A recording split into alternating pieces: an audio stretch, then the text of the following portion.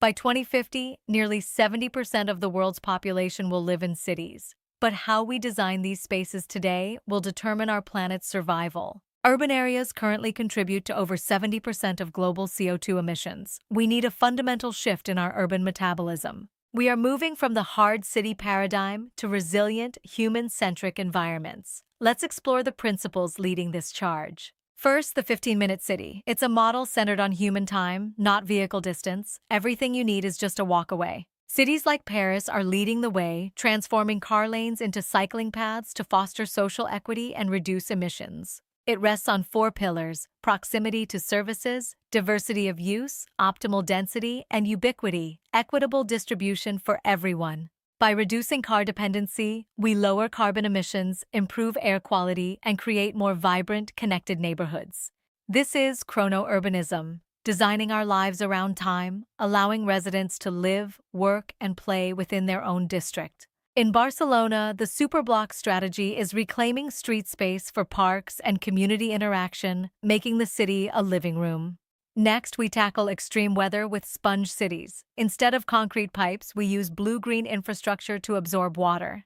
Traditional gray infrastructure fails under pressure. Sponge cities treat the urban fabric as a living filter, absorbing up to 90% of rainwater. Wetlands, rain gardens, and permeable pavements naturally clean and reuse water, preventing flash floods while cooling the city. In Wuhan, this approach was found to be nearly $600 million cheaper than traditional flood mitigation systems. This systemic porosity helps combat the urban heat island effect, lowering ambient temperatures by several degrees during heat waves. China's Sponge City initiative aims for 80% of urban land to meet these standards by 2030, a goal mirrored by cities worldwide. The third principle is the circular economy. We must move from a linear take-make-waste model to one where waste is a resource. Adaptive reuse is key. By repurposing old structures, we save massive amounts of embodied carbon compared to new construction.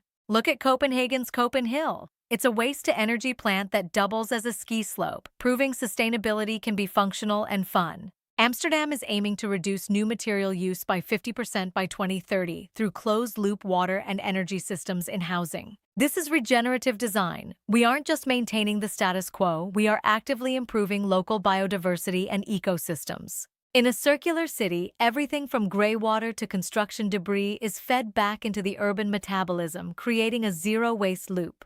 Technology is the catalyst for these changes. 3D printing and AI are revolutionizing how we physically build and plan our cities. Additive manufacturing, or 3D printing, places concrete only where structurally needed, reducing material waste by up to 90%. Dubai has set a bold target: 25% of every new building must be 3D printed by 2030, drastically lowering costs and carbon. We are even exploring biomaterials like mycelium for insulation or using local soil to create climate-resilient, affordable housing. Beyond construction, we use digital twins, virtual replicas of the urban fabric to simulate climate risks and energy demand. Cities like Seoul and Barcelona use these virtual replicas to optimize traffic patterns and resource use before a single brick is laid. IoT sensors for air quality and smart grids allow cities to respond in real time to peak demand, reducing energy consumption globally. Adaptive lighting and predictive infrastructure ensure that the city only consumes energy where and when it's actually needed. Finally, we must integrate nature into the very bones of our cities through biophilic urbanism. It's about more than just parks. Vertical forests, like the Bosco Verticale in Milan, filter air and reduce ambient temperatures by up to 4 degrees Celsius. Intensive green roofs provide habitats for wildlife and reduce the heat island effect, making our cities both cooler and more biodiverse. Future buildings will be prosumers, not just consuming energy, but generating it and feeding the surplus back into the local grid. Crucially, these innovations must be socially inclusive, ensuring that resilient, high-quality housing is accessible to everyone. The success of these principles relies on integrated urban ecosystems where mobility, water, and energy management work as one. We are designing the cities of tomorrow today, a regenerative future where the urban environment actively heals the planet. Sustainable urban design isn't just about buildings, it's about the people who live in them. Let's build a future we can all thrive in.